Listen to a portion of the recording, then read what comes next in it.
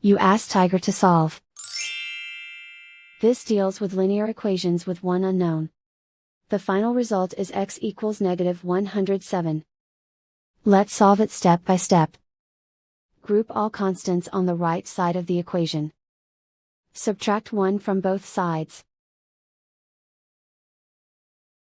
Simplify the arithmetic.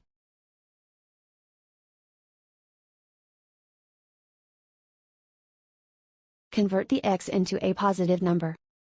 Multiply both sides by -1.